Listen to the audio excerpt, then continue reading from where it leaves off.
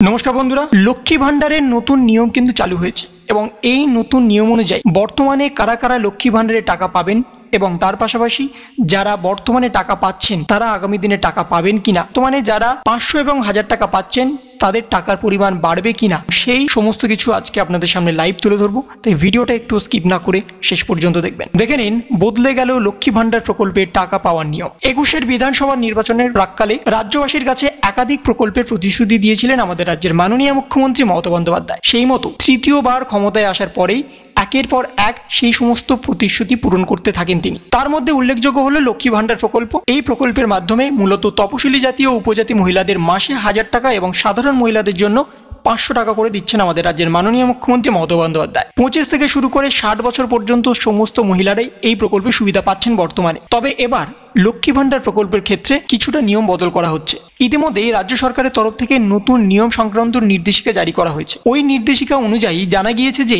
এবার থেকে সরকারি এই প্রকল্পের সুবিধা পেতে আবেদনকারীদের ব্যাংকের সিঙ্গেল অ্যাকাউন্ট থাকতে হবে এবং এই সিঙ্গেল অ্যাকাউন্টের কথাটা সরাসরি নবান্নের তরফ থেকে বলা হয়েছে। তার পাশাপাশি নবান্নের সূত্রের খবর, দুয়ারে সরকার প্রকল্প নিয়ে জেলা শাসকদের সঙ্গে বৈঠক করেন রাজ্যের মুখ্য সচিব H.K. দ্বিবেদী। সেই বৈঠকেই মুখ্য সচিব এই নির্দেশ দিয়েছেন। প্রসঙ্গত উল্লেখ্য, এই প্রকল্প শুরু হওয়ার পর থেকে লক্ষ্মী ভান্ডার প্রকল্পের জন্য ব্যাংকে জয়েন্ট অ্যাকাউন্ট থাকলে আবেদন করা যেত, কিন্তু এবার আর জয়েন্ট অ্যাকাউন্ট নয়, শুধু সিঙ্গেল অ্যাকাউন্ট থাকলে তবেই এই প্রকল্পের জন্য আবেদন করতে পারবেন আবেদনকারীরা।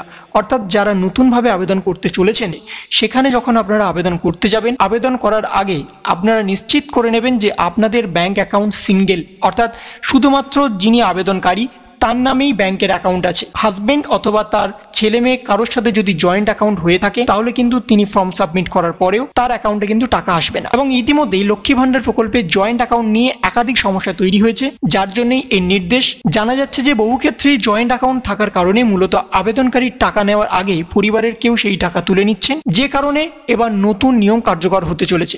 পাশাপাশি গত বৃহস্পতিবারের ওই বৈঠকে মুখ্য সচিব আধার সংযুক্তিকরণের ওপর বিশেষভাবে গুরুত্ব দিয়েছেন। খাদ্যসাথী বা স্বাস্থ্যসাথী সহ বিভিন্ন প্রকল্পগুলিতে আধার সংযুক্তিকরণ বাড়ানোর পাশাপাশি পাড়ায় সমাধানের ক্যাম্পগুলি আরও প্রত্যন্ত গ্রামাঞ্চলে করতে বলেছেন তিনি। উল্লেখ্য, গত বছরের অক্টোবরে দেওয়া হিসেব অনুযায়ী ইতিমধ্যেই 1 কোটি গ্রাহকের অ্যাকাউন্টে ঢুকেছে লক্ষ্মী ভান্ডার প্রকল্পের টাকা। অক্টোবর পর্যন্ত এই প্রকল্পে রাজ্য সরকারের খরচ হয়েছে প্রায় 1082 কোটি টাকা। তাহলে এখন প্রশ্ন হচ্ছে, যারা যারা বর্তমানে লক্ষ্মী ভান্ডারের টাকা পাচ্ছেন, যদি তাদের জয়েন্ট অ্যাকাউন্ট থেকে থাকে তাহলে তারা কি করবে? তারা কি আগামী দিনে টাকা পাবে কি পাবে না? তাদের ব্যাংক অ্যাকাউন্টে যাদের যাদের ঢুকে গেছে তারা নতুনভাবে আবেদন করবে কি করবে না? এবং এখনো পর্যন্ত যাদের ব্যাংক অ্যাকাউন্টে টাকা আসেনি তারা নতুনভাবে কি আবেদন করবে সে সম্পর্কে কিন্তু নোটিফিকেশনে কিছু বলা হয়নি। কিন্তু বর্তমানে যারা টাকা পাচ্ছেন তাদের নিয়ে আশা করা যায় কোনো রকম সমস্যা হবে না। তবুও লক্ষ্মী ভান্ডার প্রকল্পের সম্পর্কে যেহেতু নোটিফিকেশন জারি হয়েছে, যারা যারা বর্তমানে টাকা পাচ্ছেন আপনারা একবার হলেও দুয়ারে সরকার ক্যাম্পে গিয়ে যোগাযোগ করে নিজেদের ডাউটটা ক্লিয়ার করে নেবেন